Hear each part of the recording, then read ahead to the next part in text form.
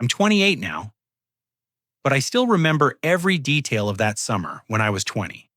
The summer that shattered my faith in family and taught me how easily truth can be buried under lies. I just finished my sophomore year at Ohio State University, excited to come home to Westerville for what I thought would be a relaxing break before my junior year. Instead, I walked into our split-level ranch house to find my 18-year-old brother Dylan sitting at our kitchen table with our parents holding up what looked like a credit card statement. The expression on his face was a mixture of fake concern and barely concealed satisfaction. Baker used Dad's card for his spring break trip. He announced, his voice dripping with false worry. Our mother Susan gasped audibly, her hand flying to cover her mouth. My father Mark's face turned crimson with disappointment and rage. Before I could even process what was happening, before anyone asked for my side of the story, my father's voice thundered through our modest home. You're grounded for the entire summer. No car, no friends, no job interviews. How could you steal from us? The shock hit me like a physical blow. I stood frozen in our doorway, my duffel bag still slung over my shoulder, trying to comprehend what had just happened. Dylan sat there looking like the perfect, concerned brother, occasionally glancing at me with what appeared to be sympathy, but felt more like gloating. The credit card statement lay spread across our oak kitchen table, like evidence in a courtroom, and I could see charges totaling $700 from Panama City Beach during spring break week. Dad, I never touched your credit card. I managed to say, my voice cracking with disbelief. I was on campus during spring break. I worked extra shifts at the campus bookstore to save money. My mother shook her head sadly. Baker, we have the proof right here. These charges were made during your spring break, and Dylan showed us the photos you posted on social media from Panama City Beach.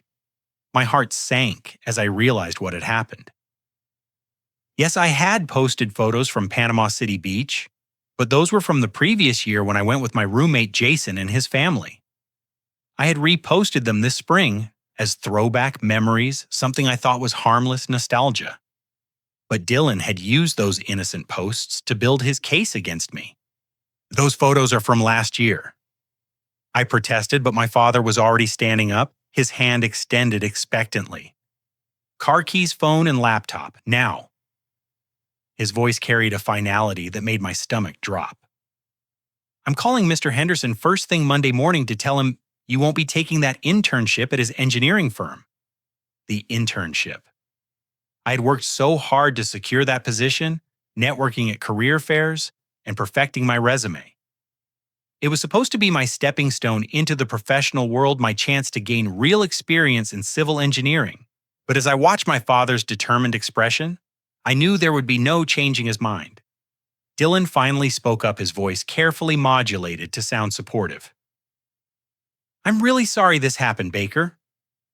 I found the statement when I was helping Dad organize his office, and I just couldn't keep it secret. Family has to look out for each other, you know? The way he said it made my skin crawl. There was something theatrical about his performance, but our parents were completely buying into it. I handed over my belongings like a convicted criminal, watching as my summer plans evaporated before my eyes. Within hours, it became clear that Dylan had not kept this discovery to himself. My phone buzzed incessantly with confused texts from friends before my father confiscated it. Emma, my girlfriend of 8 months, had already heard the news from her friend Rachel, whose mother was friends with my mother. The small-town gossip network had activated with impressive speed. By evening, Emma had driven over to our house. I watched from my bedroom window as she stood on our front porch, her blonde hair catching the setting sun. When my father called me down to speak with her, I hoped she might be there to offer support, or at least hear my side of the story. Instead, she looked at me with disappointment and hurt. Baker, I thought I knew you. How could you steal from your own family and then lie about it? Emma, I'm telling you the truth. I never used that card. Someone is setting me up. She shook her head, tears forming in her green eyes. The evidence is right there. Dylan wouldn't lie about something like this. He's your brother." She pulled out her phone and showed me a text message. "I can't date someone who's dishonest. I'm sorry, Baker. We're done." As I watched her drive away in her red Honda Civic, I felt something inside me break. Not just my heart over losing Emma, but my fundamental belief in fairness and truth. I was being punished for a crime I didn't commit, and everyone I cared about believed I was guilty. That night I lay on my childhood bed, staring at the glow in the dark stars I had stuck to my ceiling in middle school. Through the thin walls, I could hear Dylan on the phone with someone, his voice cheerful and carefree. Occasionally I caught snippets of conversation about his plans for the summer plans that apparently included taking over my scheduled work hours at Peterson's auto shop, where I had worked part-time during high school. The isolation was immediate and suffocating. Without my car, I was trapped in our suburban neighborhood. Without my phone, I was cut off from my college friends. Without my laptop, I couldn't even work on summer coursework or job applications. I was effectively under house arrest in my own home. The worst part was watching Dylan move through the house with newfound confidence. He had always been the younger brother, living somewhat in my shadow academically and socially. But now he carried himself differently, like someone who had finally found his moment to shine. When our parents weren't around, he would give me these small smiles that seemed to say he knew exactly what he was doing. By the end of my first week home, Dylan had convinced our parents that I should pay back the $700 from my college fund. "It's only fair," he argued. "Baker needs to take responsibility for his actions, and actions have consequences." I watched helplessly as my father transferred $700 from my savings account money I had earned working construction jobs the previous summer under the blazing Ohio sun. Money that was supposed to help cover my junior year tuition costs. Dylan nodded approvingly as the transaction went through, playing the role of the wise younger brother who understood justice. That night I noticed Dylan carrying several shopping bags up to his room. When I questioned him about it the next morning, he casually mentioned that he had been saving money from his part-time job at the movie theater. But I knew how much that job paid, and it wasn't enough to afford the designer clothing brands I had glimpsed in those bags. Something was very wrong, but I was the only one who seemed to see it. As June progressed, I watched my brother transform from my parents' second son into their golden child. The shift was subtle at first, then became increasingly obvious as Dylan basked in his newfound status as the responsible, trustworthy son who had saved the family from further financial loss by exposing my alleged theft. Our parents, Mark and Susan, began treating Dylan with a respect and admiration that I realized I had taken for granted when it was directed toward me. They asked for his opinions on family decisions, praised his maturity, and constantly referenced his difficult choice to turn in his own brother as evidence of his strong moral character. Dylan wasted no time capitalizing on this reversal of fortune. Within 2 weeks of my grounding, he had convinced our parents to let him move into what was supposed to be my room when I graduated. It was the larger bedroom at the front of the house, with better natural light and its own adjoining bathroom. I watched from my childhood bedroom as he moved his belongings, including several new items that seemed to appear daily. The expensive purchases became impossible to ignore.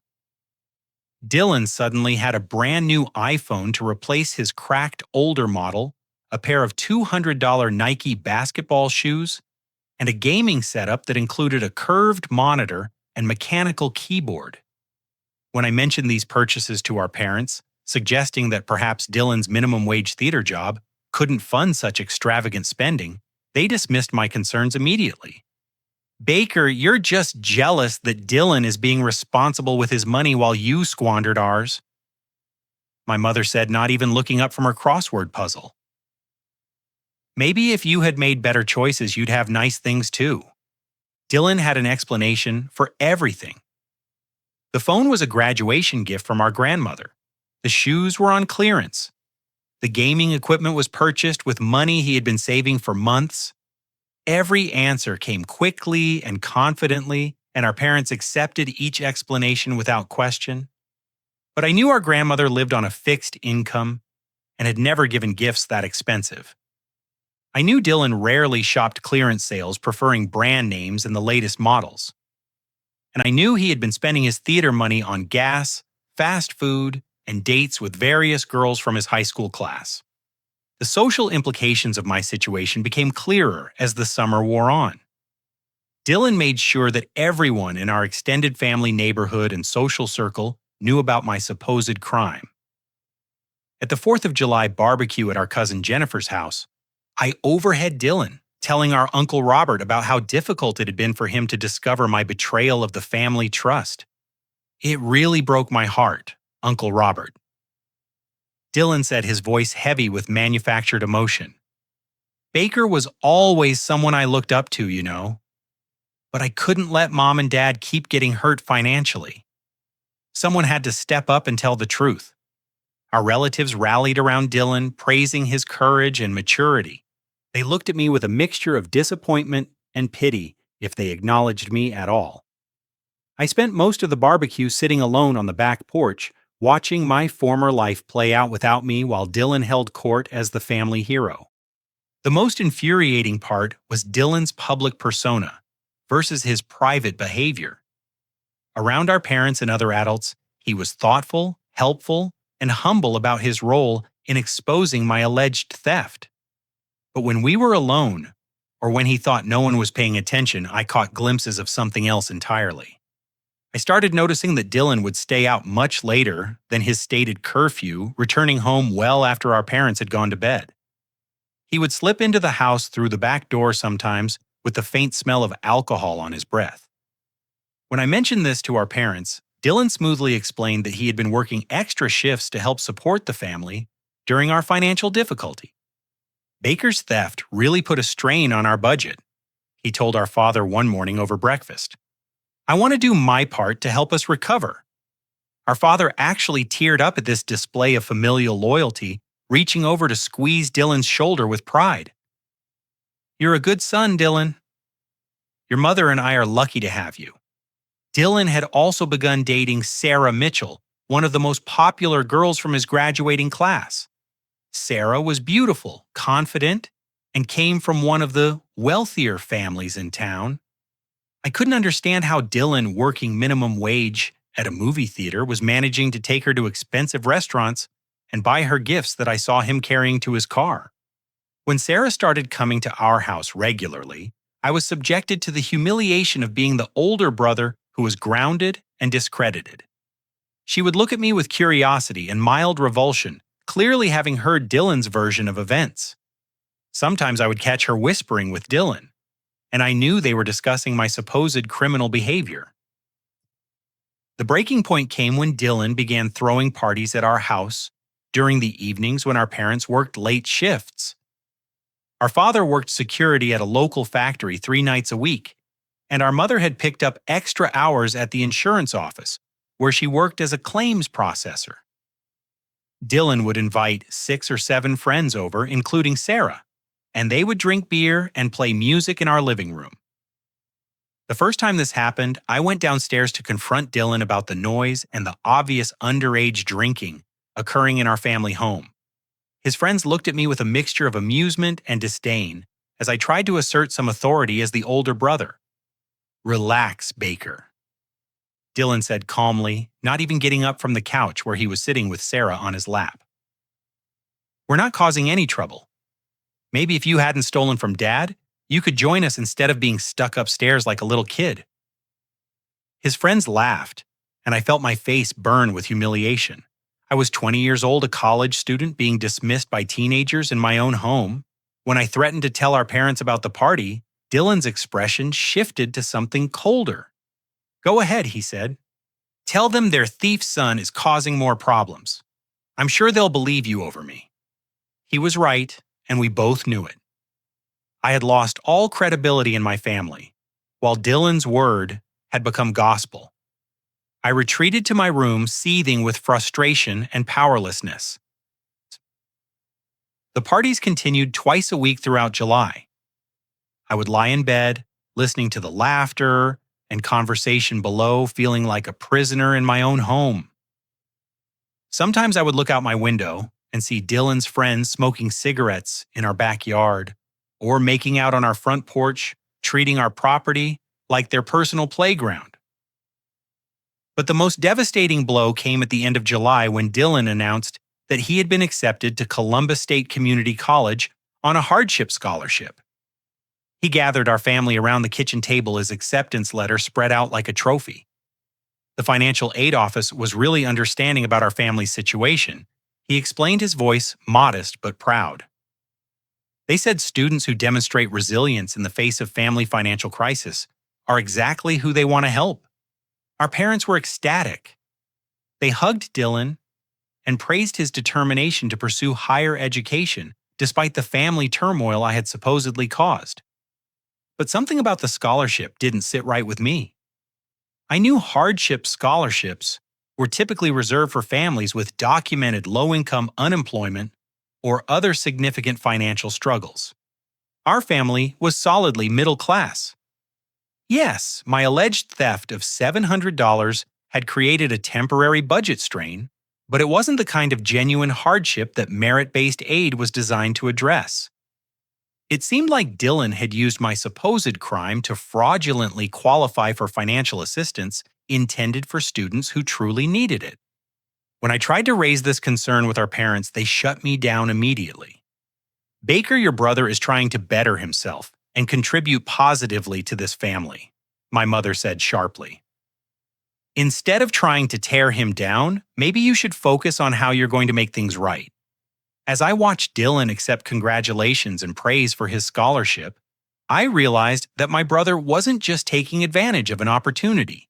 He was actively constructing a narrative that positioned him as the hero and me as the villain, and he was getting rewarded for it at every turn. The worst part was that I was starting to question my own sanity. Everyone around me was so convinced of my guilt and Dylan's innocence that I began to wonder if I was missing something obvious. Had I somehow used my father's card and forgotten about it? Was I repressing memories of wrongdoing? But every time I tried to find a logical explanation for how I could have made those charges, the facts didn't add up. I'd been on campus during spring break working at the bookstore and studying for midterm exams. I'd never been to Panama City Beach during the time frame when those charges were made. Someone was lying, and it wasn't me. But proving the truth seemed impossible when everyone had already decided which version of events they preferred to believe. By August, Dylan's deception had evolved into something truly sophisticated and sinister. What had started as a simple, false accusation had grown into an elaborate psychological campaign designed to completely destroy my reputation and credibility while elevating Dylan to near sainthood in the eyes of everyone who mattered. Dylan's manipulation extended far beyond our immediate family. He had begun cultivating relationships with our extended relatives, family friends, and community members, always playing the role of the mature young man who was bravely holding the family together during a difficult time. The performance was masterful, and I watched in horrified fascination as he convinced person after person that he was the victim of my supposed betrayal. Our grandmother Eleanor, who lived in a retirement community 20 minutes away, became one of Dylan's primary targets. Eleanor had always been particularly fond of me, proud of my academic achievements and college success. But Dylan began visiting her weekly, something he had never done before my grounding. He would bring her small gifts, help with her apartment cleaning, and gradually work my supposed theft into their conversations. During one of these visits, which I learned about from our mother, Dylan had broken down in tears while telling Eleanor about the financial burden my actions had placed on the family.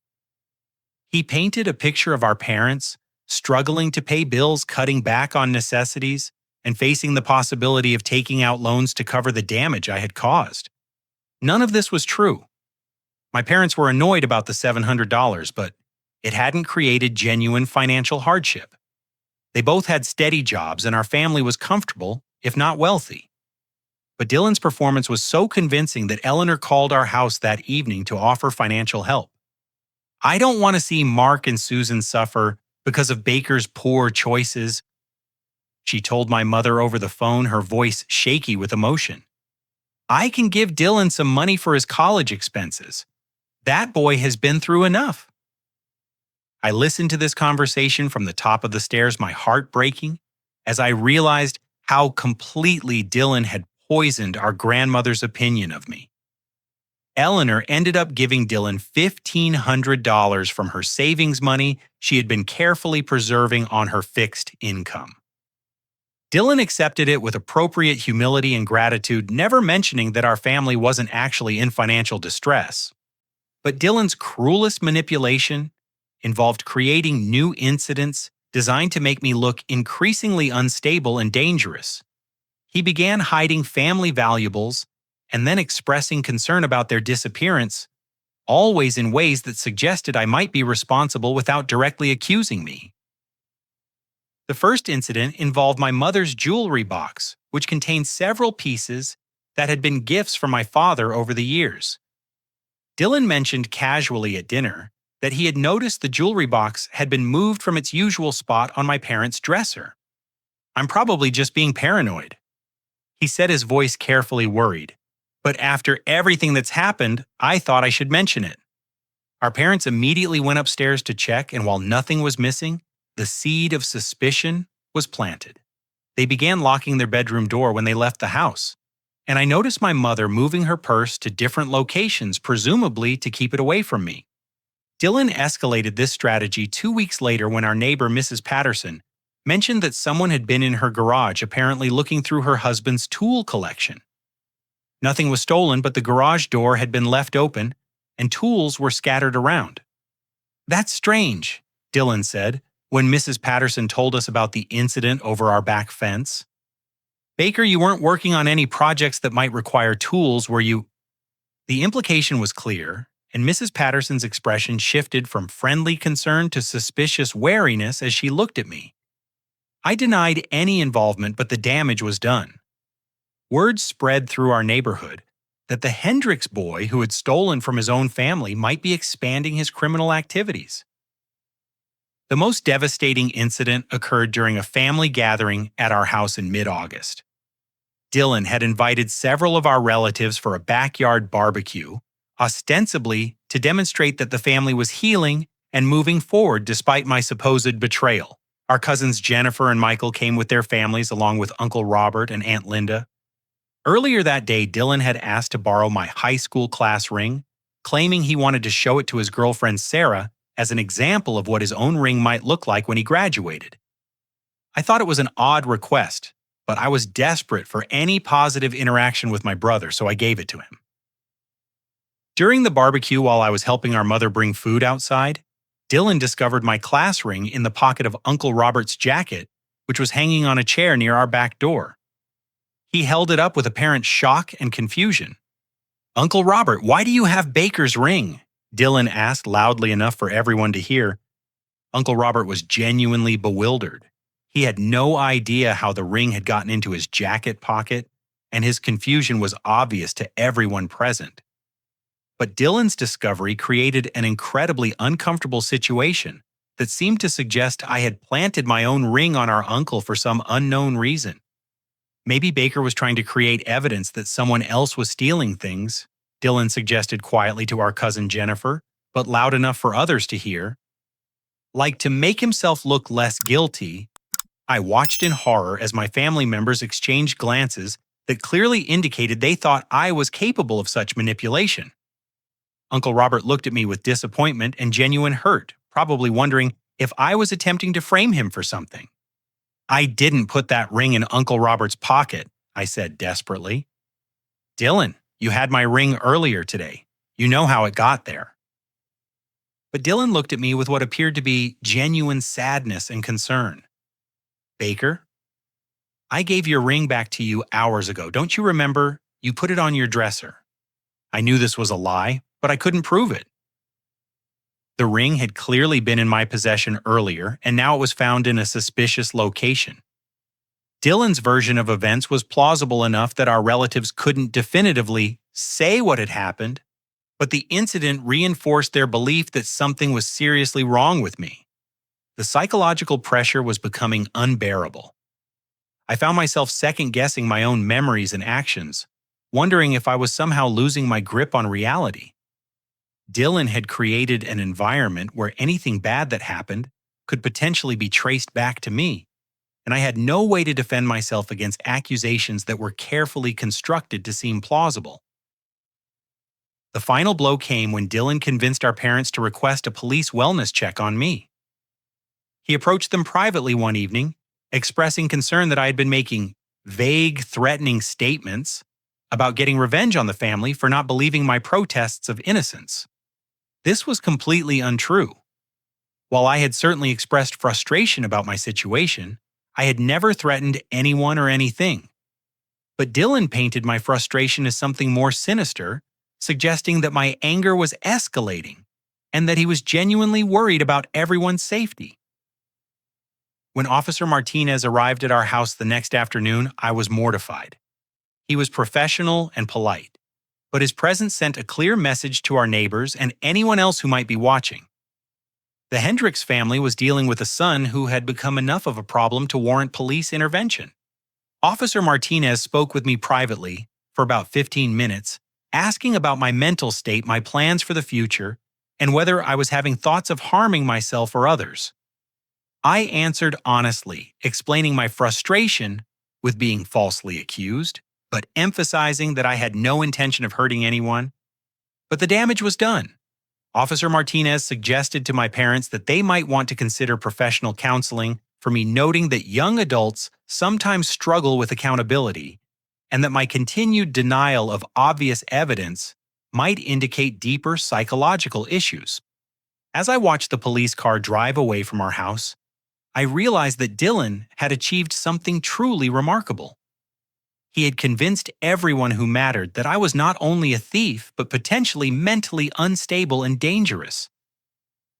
Meanwhile, he continued to be praised and rewarded for his maturity, honesty, and concern for family welfare. I had become a pariah in my own home and community, while my younger brother was celebrated as a hero.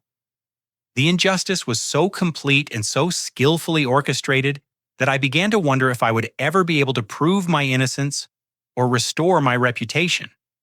But I didn't know that salvation was coming from an unexpected source, and that Dylan's perfect performance was about to be scrutinized by someone with the skills and experience to see through his elaborate deception.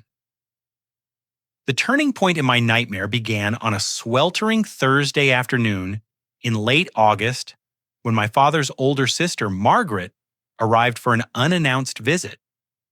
I was upstairs in my room reading a book I had borrowed from our neighborhood library when I heard her distinctive voice drifting up from the front hallway. Aunt Margaret was nothing like the other adults in my life who had accepted Dylan's story without question. At 45, she was a forensic accountant who worked for a firm that investigated financial crimes and corporate fraud. She had sharp, intelligent eyes behind wire-rimmed glasses, graying brown hair that she kept in a no-nonsense style, and a personality that had always made me slightly nervous during family gatherings.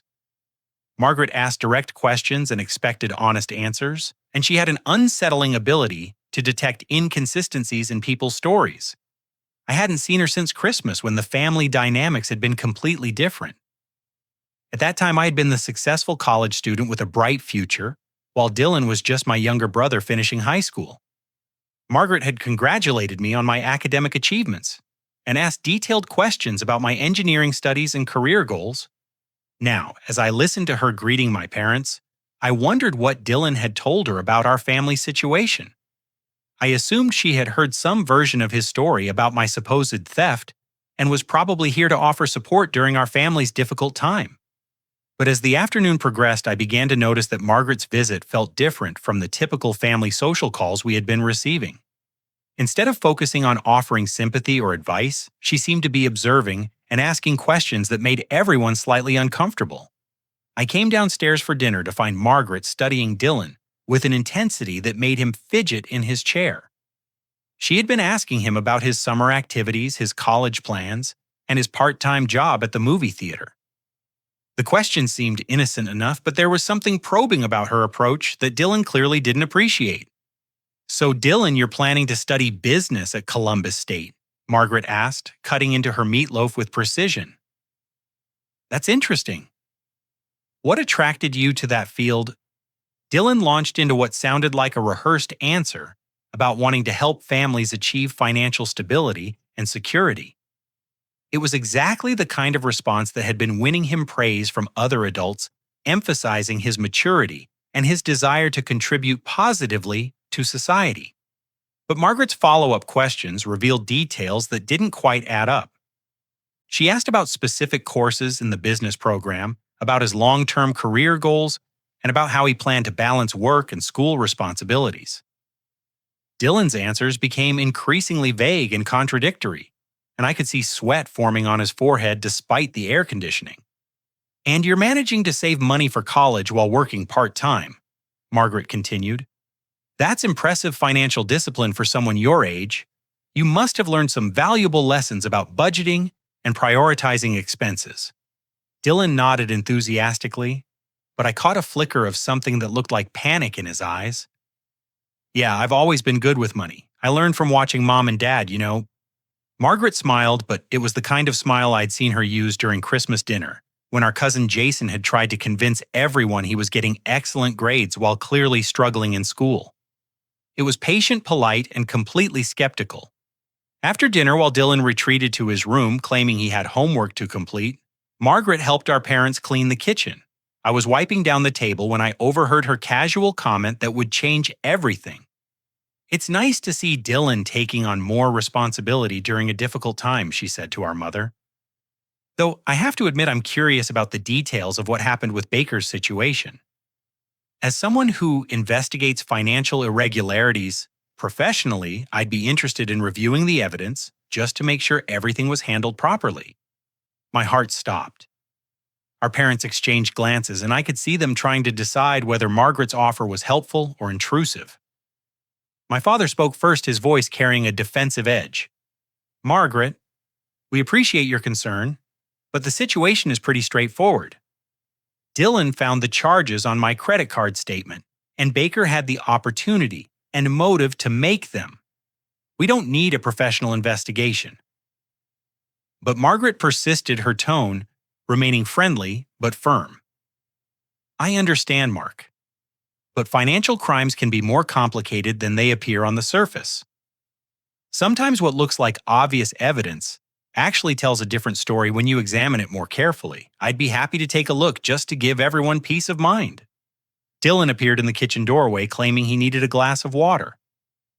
But I could tell he had been listening to the conversation, and his expression was tense with worry that he was trying to hide behind casual interest. "What kind of things would you look for, Aunt Margaret?"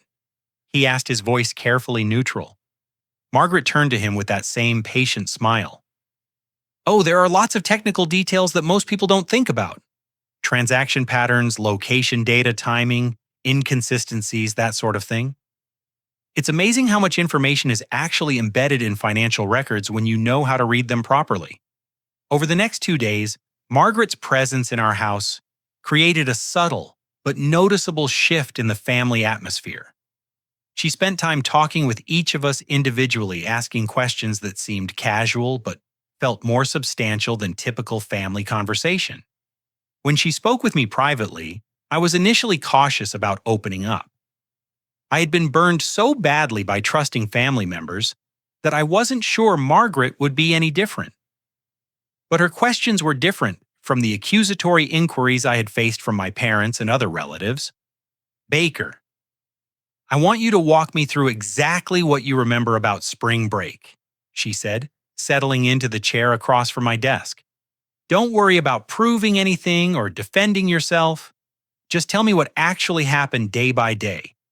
For the first time in months, someone was asking for my version of events without starting from the assumption that I was lying. I told Margaret about working extra shifts at the campus bookstore, about studying for midterm exams, about the quiet spring break I had spent on campus, while most of my friends traveled to warmer destinations. Margaret took notes as I spoke, asking follow-up questions that demonstrated she was actually listening and thinking critically about what I was telling her. When I mentioned the throwback photos I had posted from the previous year's Panama City Beach trip, her eyebrows raised with interest. "So you posted old photos as memories, but they were clearly labeled as throwbacks?" she asked. Yes, they had dates and captions explaining they were from the year before. Anyone who looked closely could see they weren't current. Margaret nodded thoughtfully. That's an important detail. It suggests that someone either didn't examine the photos carefully or deliberately misrepresented what they showed. By Saturday evening, Margaret had convinced my parents to let her review our family's financial records. She framed it as a professional courtesy, offering to help them understand how such incidents could be prevented in the future and whether there were any security vulnerabilities they should address. Dylan tried to discourage this review, arguing that it would be embarrassing for the family and unnecessary given the clear evidence of my guilt. But Margaret's professional credentials and persistent politeness made it difficult for him to object too strenuously without seeming suspicious. The breakthrough came Sunday morning when Margaret was reviewing the credit card statements while drinking coffee at our kitchen table. Dylan was hovering nearby, ostensibly reading a magazine, but clearly monitoring her progress. Margaret had been asking casual questions about the family's financial habits, payment methods, and online shopping practices. "Dylan, you mentioned that you sometimes help your dad organize his financial paperwork," Margaret said, without looking up from the statements. "That's very responsible of you. I bet you've learned a lot about managing expenses and tracking purchases." "Yeah, I try to help out when I can," Dylan replied, his voice slightly strained. Margaret continued studying the documents, occasionally making notes or cross-referencing different statements. Then, almost offhandedly, she asked a question that would prove to be Dylan's undoing.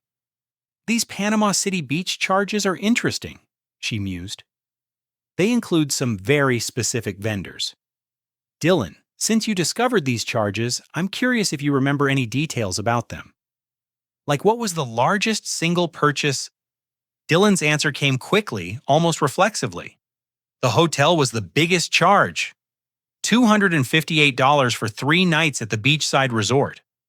Margaret looked up from the papers, her expression neutral but alert. "That's a very specific memory. Did you research the hotel to understand what Baker had purchased?" "I mean, it was right there on the statement," Dylan said, but I could see uncertainty creeping into his voice. Margaret nodded slowly, then turned the credit card statement toward Dylan. "Could you point out that hotel charge for me? I want to make sure I'm reading this correctly." Dylan leaned over the table, scanning the document with growing confusion. The largest Panama City Beach charge was indeed $258, but it wasn't for the beachside resort. It was for a restaurant and entertainment complex called Neptune's Paradise. There was no hotel charge listed anywhere on the statement. Dylan had just revealed specific knowledge about purchases that he could only have known if he had made them himself, and he had gotten a crucial detail wrong because he was working from memory rather than the actual evidence. Margaret's expression remained professionally neutral, but I saw her make a note on her pad. When she looked up, Dylan was staring at the statement with obvious panic, realizing that he had just made a catastrophic mistake. "It's easy to misremember details," Margaret said kindly. "Financial records can be confusing, especially when you're trying to help family during a stressful situation." But we all knew that something significant had just happened. Dylan had revealed knowledge that was impossible to explain through innocent means, and Margaret's forensic accountant instincts had caught him in the act. For the first time in months, I felt a glimmer of hope. Someone with the skills and authority to investigate was finally paying attention to the details that everyone else had ignored. And Dylan's perfect performance was beginning to show cracks that might finally expose the truth. Margaret's investigation began in earnest Monday morning, though she was careful not to alarm Dylan or my parents about the true scope of what she was undertaking. She had requested access to 3 months of financial records, claiming it would help her provide comprehensive recommendations for preventing future security breaches. What my family didn't realize was that Margaret approached this review with the same methodical precision she brought to her professional fraud investigations. She had spent her entire career uncovering financial crimes committed by people who thought they were too smart to get caught, and Dylan's amateurish deception was about to be dissected by someone who had seen every trick in the book. Margaret set up a temporary workspace in our dining room, spreading documents across the table in an organized system that would have impressed any law enforcement agency. She had bank statements, credit card bills online, purchase confirmations and transaction logs arranged chronologically and cross-referenced by date and amount. Over the next 3 days, while maintaining casual conversation with our family, Margaret constructed a detailed timeline that revealed the true extent of Dylan's financial crimes. The Panama City Beach charges were just the tip of an iceberg that had been growing for months.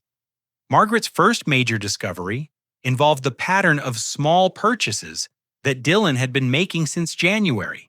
He had been extremely careful to keep individual transactions below $50, apparently believing that larger amounts would attract attention. But when Margaret compiled all the charges over a 6-month period, they totaled nearly $2,000. The purchases showed a clear pattern of personal items that aligned perfectly with Dylan's suddenly improved lifestyle. There were charges at clothing stores, electronics retailers, restaurants, and entertainment venues. Each transaction had been spaced out and mixed in with legitimate family expenses, but Margaret's forensic training allowed her to identify the anomalies. What made the case even more damning was the geographic and timing evidence that Margaret uncovered. Using her professional access to enhanced transaction data, she was able to pull detailed information about where and when each purchase had been made. The Panama City Beach charges that had supposedly been made by me during spring break had actually been made online from our home computer at times when I was provably on campus.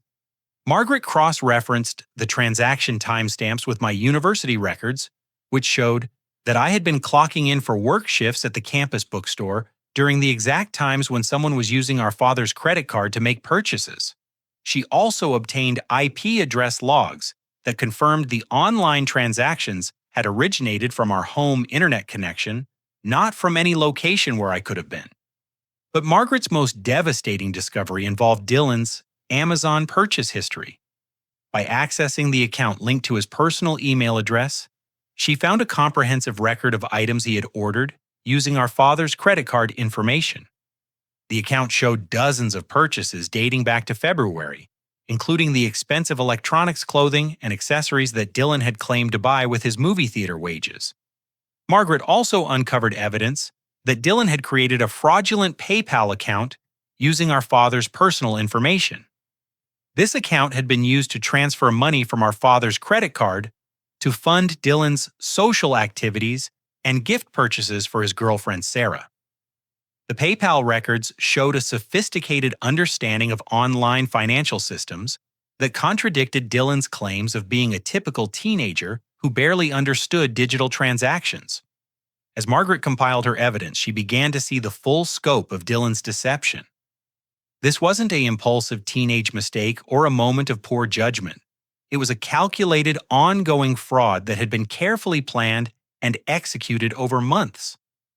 Dylan had systematically stolen from our family while simultaneously building a false narrative that positioned him as the moral authority who had saved everyone from my supposed crimes. Margaret also discovered that Dylan had been researching how to cover his tracks online, visiting websites that explained how credit card fraud investigations worked and how to avoid detection when making unauthorized purchases.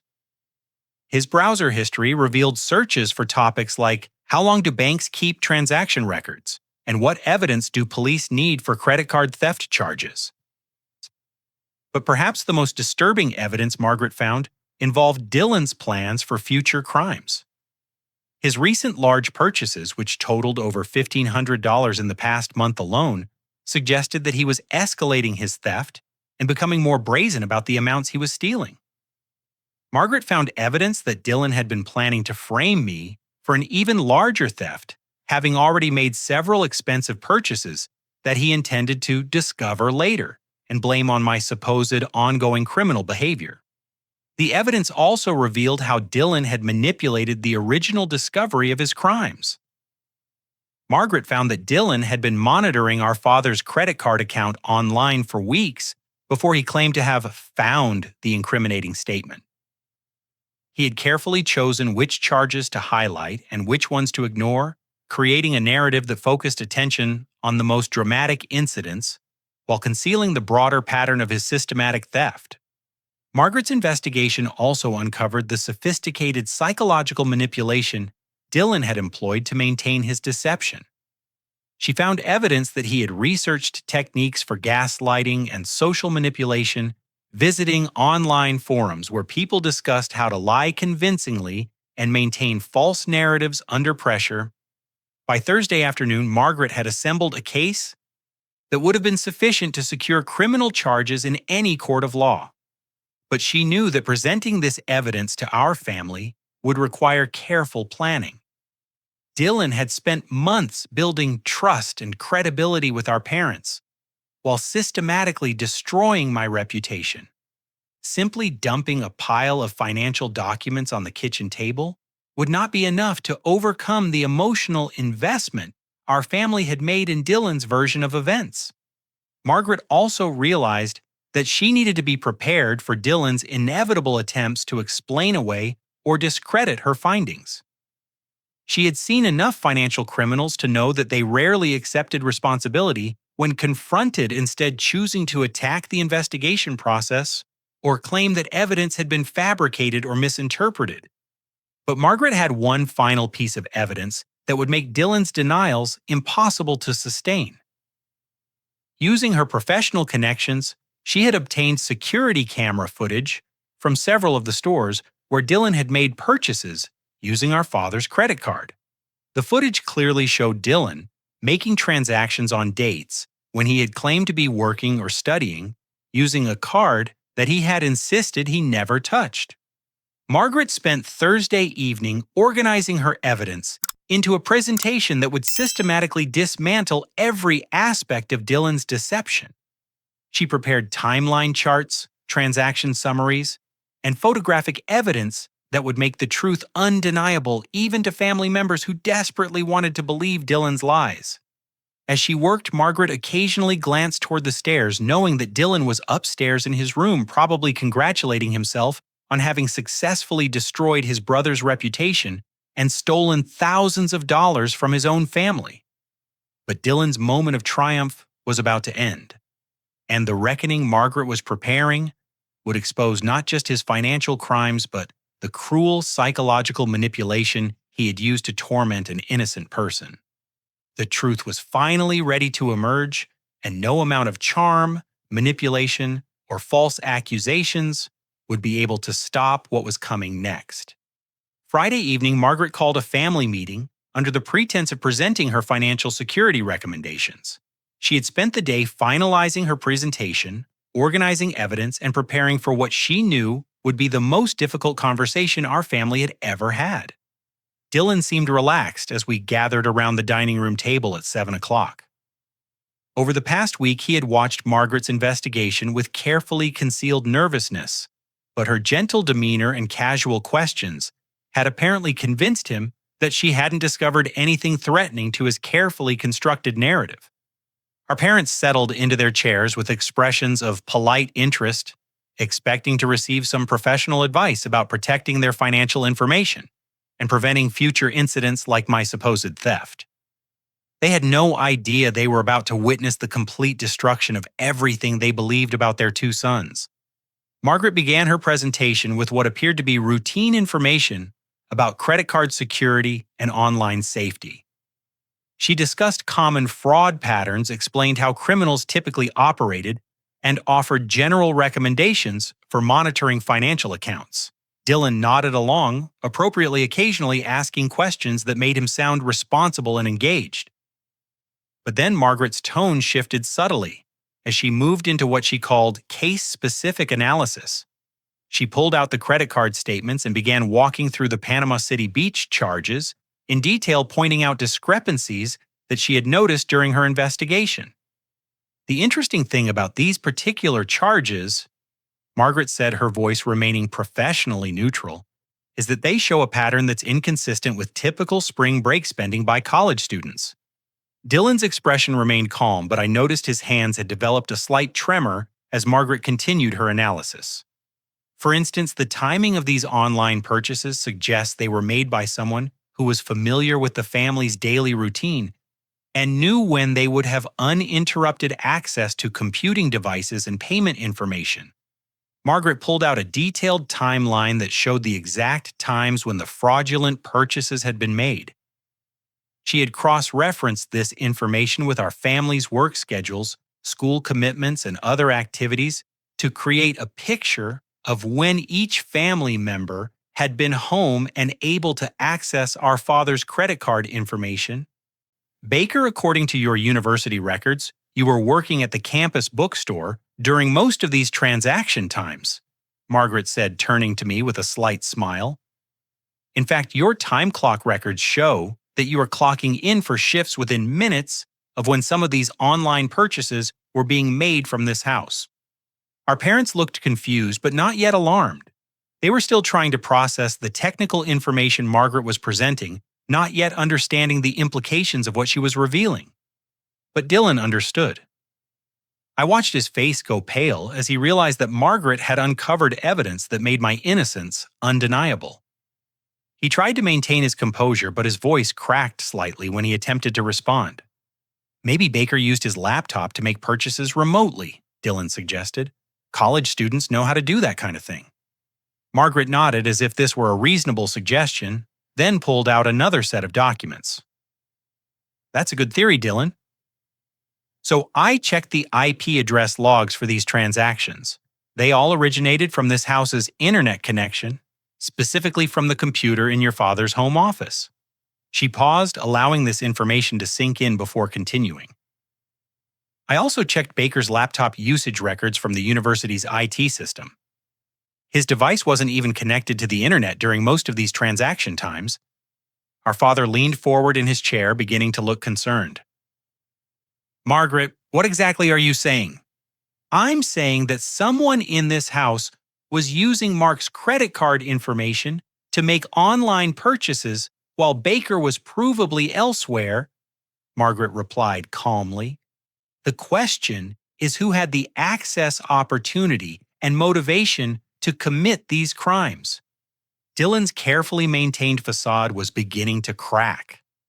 Sweat had formed on his forehead, and his leg was bouncing nervously under the table. But he made one more attempt to deflect suspicion. Maybe someone hacked our home network? He said, his voice strained. Or maybe Baker gave someone else Dad's card information. Margaret smiled the patient smile I had seen her use with difficult witnesses during Christmas dinner conversations. Those are creative theories, Dylan, but I found something that makes them impossible to believe. She pulled out a laptop and opened it to reveal Dylan's Amazon account purchase history. The screen showed dozens of items ordered over the past 6 months, all paid for with our father's credit card information. This account is registered to Dylan Hendricks at this address using Dylan's personal email address, Margaret announced. The purchase history shows a clear pattern of expensive items being bought with Mark's credit card and delivered to this house. Our parents stared at the screen in shock, finally beginning to understand the magnitude of what they were seeing. Our mother's hand flew to her mouth as she recognized several items that Dylan had claimed to purchase with his own money from his part-time job. Dylan, is this your Amazon account? Our father asked, his voice barely above a whisper. Dylan's composure finally collapsed completely. I can explain, he said desperately. This isn't what it looks like. Someone must have hacked my account, or maybe Baker set this up to make me look guilty. But Margaret wasn't finished. She pulled out printed screenshots showing Dylan's browser history, including his research into credit card fraud techniques and his visits to websites explaining how to avoid detection when making unauthorized purchases. I also found evidence that Dylan created a fraudulent PayPal account using your personal information. Margaret continued relentlessly. This account was used to transfer money from your credit card to fund various personal expenses and gifts. She displayed the PayPal transaction records showing transfers that aligned perfectly with Dylan's social activities and gift purchases for his girlfriend Sarah. The evidence was overwhelming and undeniable, each piece building on the previous to create an ironclad case of systematic fraud. Our parents sat in stunned silence, trying to process the complete reversal of everything they had believed for the past 3 months. Our mother began crying quietly, whether from relief about my innocence or devastation about Dylan's betrayal, I couldn't tell. Dylan made one final desperate attempt to maintain his innocence. "Aunt Margaret, you're biased toward Baker," he said, his voice taking on an accusatory tone. "You're fabricating this evidence to make me look guilty. None of this proves anything." Margaret's response was swift and decisive. She pulled out her phone and opened a video file that made Dylan's blood drain from his face completely. "This is security camera footage from Best Buy showing you purchasing the gaming monitor that's currently in your room," she said, playing the video for everyone to see. "The timestamp shows this purchase was made during a time when you claimed to be working at the movie theater. You used your father's credit card for this $237 transaction." The video was crystal clear. There was Dylan confidently walking through the electronics store, selecting expensive equipment and paying with our father's credit card. He looked relaxed and practiced like someone who had done this many times before. Our father's voice was barely recognizable when he finally spoke. "Dylan, how could you do this to us? How could you let us punish Baker for something you did?" But Dylan's final revelation was yet to come. Faced with undeniable evidence and the complete destruction of his carefully crafted lies, something inside him snapped. The psychological pressure of maintaining his deception for months, combined with the shock of being caught so thoroughly, caused him to break down completely. "You want to know how I could do this?" Dylan screamed, his voice filled with years of suppressed rage and jealousy. "Baker always got everything. He was the smart one, the successful one, the one you were proud of. Do you know what it's like to live in your brother's shadow your entire life?" The words poured out of him like a dam bursting. "This wasn't the first time I framed him. Remember when Grandma's vase got broken when we were kids? That was me. The money missing from Mom's purse? Me. The neighbor's fence that got damaged with the baseball? Also me. I've been setting up Baker for years, and you always believed me because Precious Baker could never do anything wrong." Our parents recoiled in horror as Dylan confessed to a lifetime of deception and manipulation. I sat frozen in my chair, realizing that my entire childhood had been contaminated by Dylan's jealousy and his willingness to destroy my reputation for his own benefit. "I planned this whole thing." Dylan continued, his voice becoming increasingly hysterical. "I've been using Dad's card for months, and I knew I had to find a way to blame someone else before you noticed. Baker was perfect. He was away at college, he had posted those old Panama City photos, and I knew you'd believe me over him because I'm the baby of the family." The confession was complete and devastating. Dylan had not only admitted to the credit card fraud, but revealed a pattern of psychological abuse that had been going on for years. He had systematically destroyed my reputation and credibility whenever it served his purposes, and our parents had unknowingly enabled his behavior by always choosing to believe his lies over my protestations of innocence.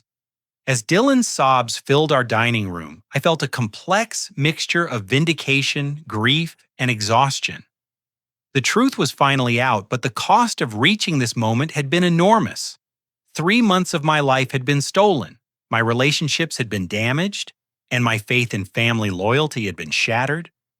But for the first time since May, I was free from the crushing weight of false accusations. Margaret had given me back my reputation, my dignity, and my future.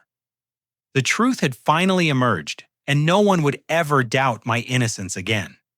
The days following Dylan's confession were a whirlwind of consequences, revelations, and painful but necessary conversations.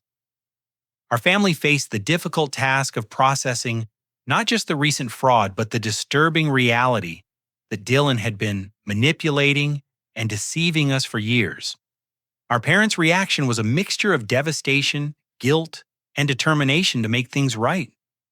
My mother spent hours crying, alternating between grief over Dylan's betrayal and horror at the realization of how cruelly they had treated me during my months of false imprisonment.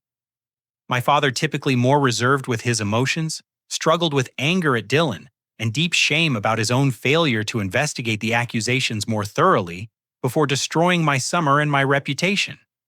The legal consequences for Dylan were swift and serious. Our parents, after consulting with Margaret and a criminal attorney, decided to press charges for credit card fraud. The evidence Margaret had compiled made the case straightforward from a legal perspective, and Dylan's signed confession eliminated any possibility of plea negotiations. He was looking at felony charges that would likely result in probation restitution requirements and a criminal record that would follow him for years. The fraudulent scholarship Dylan had obtained was immediately revoked when Columbus State Community College learned about his criminal charges and the false information he had provided about our family's financial hardship. The $1,500 our grandmother had given him had to be returned, though Eleanor insisted on giving me that money instead to help restore my college fund that had been depleted to cover Dylan's fictitious debt. Dylan himself seemed to age years in the space of weeks. The confident, manipulative young man who had orchestrated my downfall disappeared, replaced by someone who appeared genuinely shocked by the consequences of his actions. Whether this represented genuine remorse or simply the natural result of his schemes finally catching up with him was unclear, but the change was dramatic and permanent. The community response was equally swift but more positive for our family's healing process. Margaret made sure that key neighbors and community members learned the truth about what had really happened, particularly focusing on people like Mrs. Patterson, who had been led to suspect me of additional crimes. The speed with which gossip had initially spread my false reputation worked in reverse, quickly replacing suspicion with sympathy and respect for how I had handled false accusations with dignity. Emma's reaction was particularly meaningful to me. She drove to our house the day after Dylan's confession became public knowledge, tears streaming down her face as she apologized for abandoning me when I needed support most. Her regret was genuine, but our conversation helped me realize that the person who had been devastated by her betrayal was different from the person I had become during my months of isolation and false accusation. "Baker, I know I have no right to ask for another chance," Emma said as we sat on our front porch. "I should have believed you. I should have asked more questions. I should have stood by you when things got difficult." I appreciated her apology, but I had grown beyond needing her validation for my worth or innocence. "Emma, I forgive you. And I understand why you made the choice you did. But I'm not the same person I was 3 months ago.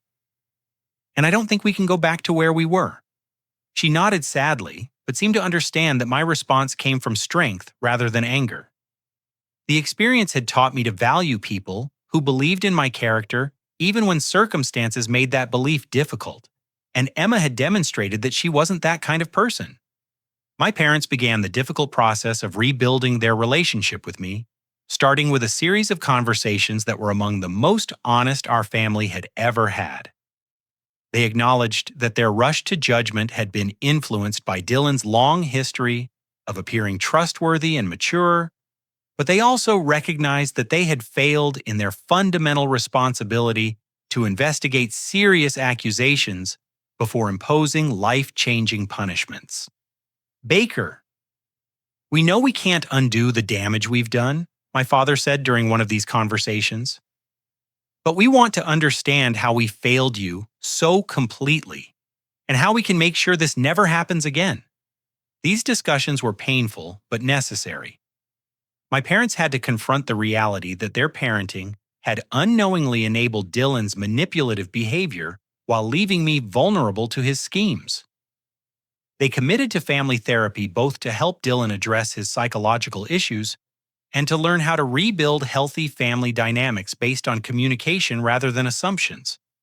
The most surprising aspect of my recovery was discovering my own resilience and growth. The 3 months of isolation and false accusation had been horrible, but they had also forced me to develop inner strength and self-reliance that I never would have discovered otherwise. I had learned to trust my own judgment even when everyone around me disagreed, to maintain my integrity under extreme pressure and to find value in my own character independent of others' opinions. When I returned to Ohio State for my junior year, I was a different person than the naive 20-year-old who had come home for summer break. My academic performance improved dramatically as I channeled my newfound determination into my engineering studies.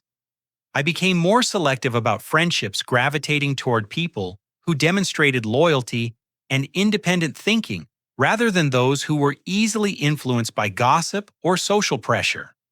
Margaret became an important mentor during this period, helping me process my experience and consider how I might use what I had learned to help others. Her professional expertise in uncovering financial crimes had saved me, but her personal commitment to truth and justice had been equally important. She encouraged me to consider a career path that would allow me to advocate for people who found themselves in situations similar to what I had endured. This mentorship eventually led me to change my major from civil engineering to criminal justice, with a focus on financial crimes and wrongful accusations. The experience of being falsely accused had given me unique insight into how innocent people could be trapped by circumstantial evidence and social pressure, and I wanted to develop the skills to help others in similar situations. My junior and senior years at Ohio State were among the most productive and fulfilling of my life. I excelled academically, developed meaningful relationships with professors and classmates, and completed internships with law enforcement agencies that gave me practical experience in criminal investigations. The confidence I had gained from surviving my ordeal translated into leadership opportunities and academic achievements that opened doors I never would have imagined as a naive sophomore. Dylan's path was more difficult, but ultimately included signs of genuine change. His criminal conviction and the loss of his college opportunity forced him to confront the consequences of his actions in ways that his previous manipulations had always allowed him to avoid. He spent a year working minimum wage jobs to pay restitution and legal fees, during which time he began therapy to address the jealousy and entitlement that had driven his behavior. Our relationship remained complicated and probably always would be. I was able to forgive him for the sake of family peace and my own emotional health, but trust was something that would have to be rebuilt slowly over many years, if at all. The psychological abuse he had inflicted through years of false accusations was harder to overcome than the financial crimes because it had shaped my childhood and adolescence in ways that continued to affect me. But perhaps the most important outcome of my experience was the life lesson that emerged from surviving such a profound injustice. I learned that truth has its own power, but it often requires a champion to bring it to light. Margaret's intervention had been crucial, not just because of her professional skills, but because she had been willing to ask difficult questions when everyone else preferred comfortable assumptions. I learned that the people we trust most are sometimes capable of the deepest betrayal, but that justice can still prevail when someone brave enough is willing to stand up for what's right. Most importantly, I discovered that my worth as a person wasn't determined by others' opinions of me, but by my own integrity and actions. The experience taught me to be skeptical of easy explanations and to remember that truth is often more complicated than it first appears. It showed me the importance of having people in my life who would believe in my character, even when circumstances made that belief difficult, and it helped me become the kind of person who would stand up for others facing similar injustices. By the time I graduated from Ohio State with honors and a clear career path in criminal justice, I had transformed a devastating experience into a foundation for a meaningful life dedicated to seeking truth and protecting innocent people. The summer that almost destroyed me had instead made me stronger, wiser, and more compassionate than I ever would have become without facing such a severe test of character. Dylan's betrayal had stolen 3 months of my life, but it had also given me insights and strength that would benefit me for decades to come.